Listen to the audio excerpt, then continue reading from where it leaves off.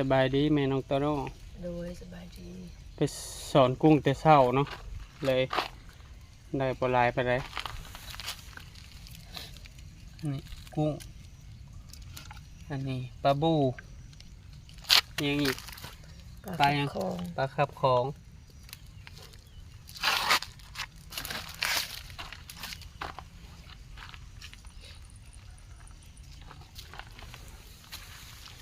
เหนียวกับตัวใหญ่ๆเหนียวเนาะ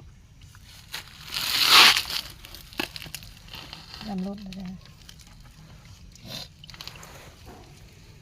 สูบนอนตากหมอกผ่ากั้งจนเปียกเมื่อเช้านี่แม่นบอกสาระใหญ่มันย่อยลงมามือคันว่าเมิดงบหรือบ่เมิดงบนี่ก็สิได้ชงจักเป็นคืนนะพ่อแม่พี่น้องมันเรือโบราณเนาะจักปลาลี่อยู่ชายบ่าวก็ยังเงึดอยู่บ่ได้ฮอดปลาได้ปลาตัวเดียวได้ปลาหาโลนะพักปลาไปทางใดเบิด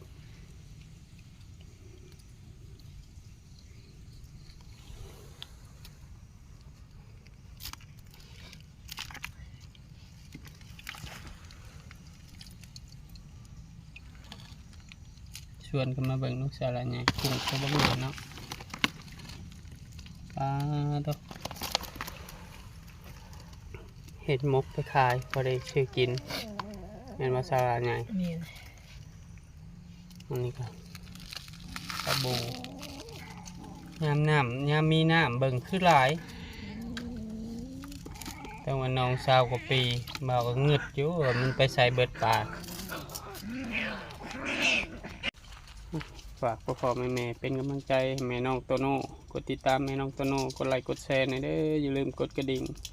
เพื่อบ่พลาดคลิปใหม่ๆของแม่น้องโตโน่กินตอนเช้าแล้วพ่อแม่พี่น้องยังบ่ทันได้กินข้าวสวยแล้วลงสอนแต่เด็กพุ่นเนาะ จะขัวขัวเอาแล้วขัวเลยป่นบะขัวเลยตำเนาะ